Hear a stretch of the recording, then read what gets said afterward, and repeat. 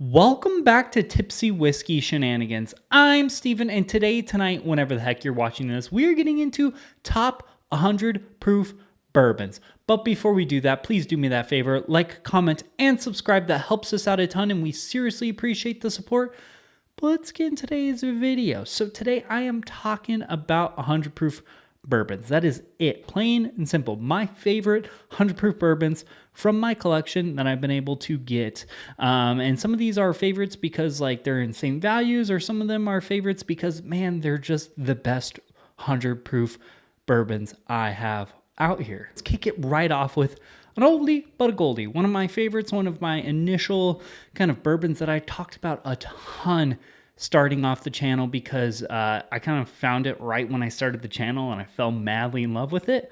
Four Roses Single Barrel. These are incredible.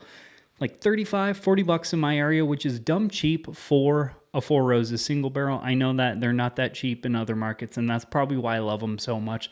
But these are fun bourbon because it's a very different kind of mash bill. Four Roses goes very floral and very spicy, so I really appreciate that it's a different kind of bourbon. You know, it's not just another Jim Beam, not another Wild Turkey, Brown Foreman. Like 100 proof single barrels that are readily, easily findable at literally anywhere I go, basically, for like 35, 40 bucks. If you get them at Costco when they come up there, oh man, they're like 32 bucks a piece. So like a pretty good steal at that, and I just love. I've gone through so many of those bottles.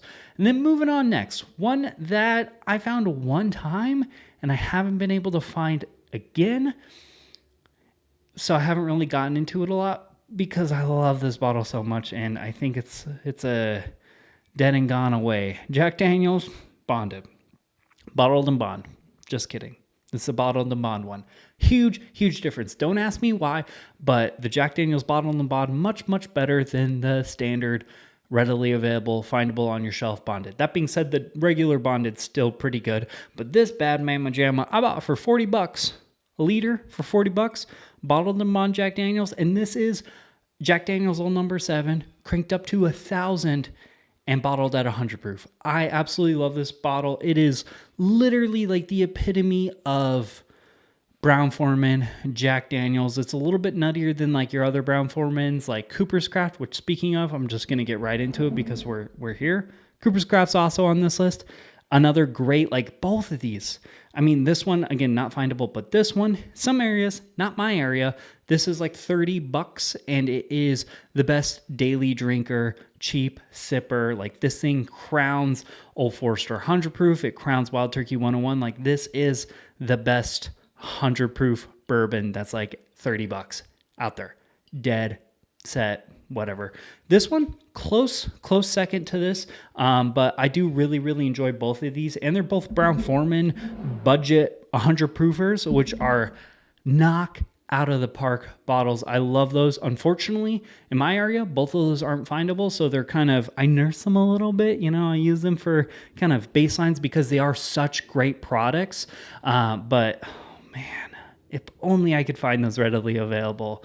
So if you know in Arizona where you can get Cooper's Craft 100, do you homeboy a solid. Then moving on next. One that I haven't talked about in a long time because, again, it's been hard to find.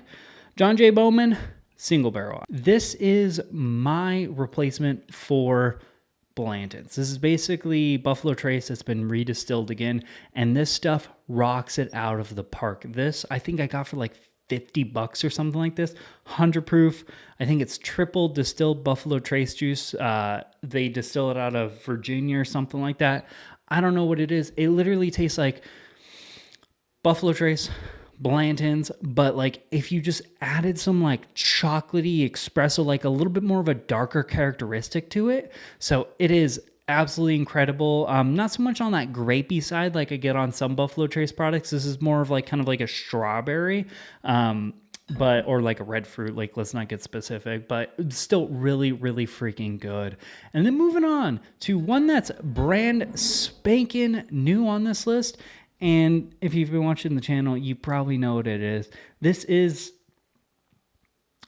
my second favorite out of all of these on this list.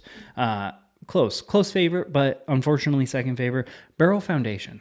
I was blown away by this bottle in 2023. Like, I paid this bottle no attention, and it turned out to be one of my favorite bottles just because I had like not low expectations per se, but like I didn't really have high expectations. I thought I was just gonna be like, meh, it's just, you know, a cheaper because it's like $50, but like cheap 100 proof blend. Like I didn't put a lot of thought into it. I didn't expect a lot out of it. Turns out this bottle is a fan-freaking-tastic 5-year-old blend from Barrel. I mean, I shouldn't have been that surprised because Barrel knocks everything they do out of the park. And what I love about this bottle, this is a lot of different distilleries, a lot of different mash bills, and they've done such a great job blending all of those different mash bills, barrels together to create some fantastic blend, which is very, very impressive. I mean, if anyone's done any sort of home blending, you know, if you take 2 different bourbons, you're going to struggle blending those together in a good way. It's a difficult art form, but they are the ones who are kings at it. And then moving on next, my personal favorite of kind of the quote unquote findable or able to find, findable, able to find, somewhere around there. But like my favorite of the still exist ones, Knob Creek 12-year-old 100 proof. These Bad Mama Jammas have been my favorite 100 proof bourbon for the longest of times, if we're being honest. Like this is the king. These are Knob Creek, aged 12 years, bottled at 100 proof.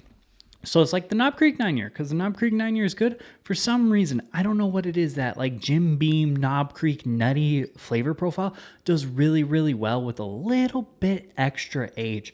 So I really, really like this one because that extra little bit of oak really balances out that like spicy nuttiness that I get off of a lot of Knob Creek products. And I mean, it's crushable, it's fruity, it's floral, like it has oak, has nuttiness, has some spiciness. Like it has literally like that, and the Barrel Foundation are probably like 2 of my favorite readily available go-to bourbons. They're the Barrel's readily available. Knob Creek, it shows up, it's gone, shows up, it's gone, it shows up again, but it keeps showing up. So we're going to call it readily available-ish. But like those 2 are like, if like, let's put payment aside, like this is not like we'll call it a desert island situation. These are 2 of my favorite, just like everyday pours. Like if I had unlimited access to them and they were just like daily sippers, but it was like I could still enjoy other things, like these would constantly be drank pretty much every day if I drank every day. Again, I don't do that. But like those 2, they're just standard, crushable, great proofs. Like they check everything I want out of a bourbon at a really good price point. So I really, really like those. And then last, definitely not least, kind of a honorable mention, if you will, because this Bad Mama Jamma does not exist anymore and never will. The one unicorn I bought when the channel started, it's been a while since I've had it. There's a lot of dust on it. Wild Turkey, Master's Keep, 17-year-old, bottled in bond. Again, this is a list of my favorite 100 proof. I didn't say they were findable. I do a lot of findable stuff because that's just kind of what I like to drink. But this Bad Mama Jamma is not findable. This is the best bourbon I have ever put my lips on. I love this bourbon so freaking much, and I was blown away with how good this was. I love, love, love, love, love that extra oak, that intensity, that cherry lozenge. This bottle is absolutely fantastic. And that will go down as one of my favorite bourbons of all time. I love that, man. That's what kind of started everything for me. That was the first bottle I had where I was like, man, this changes everything.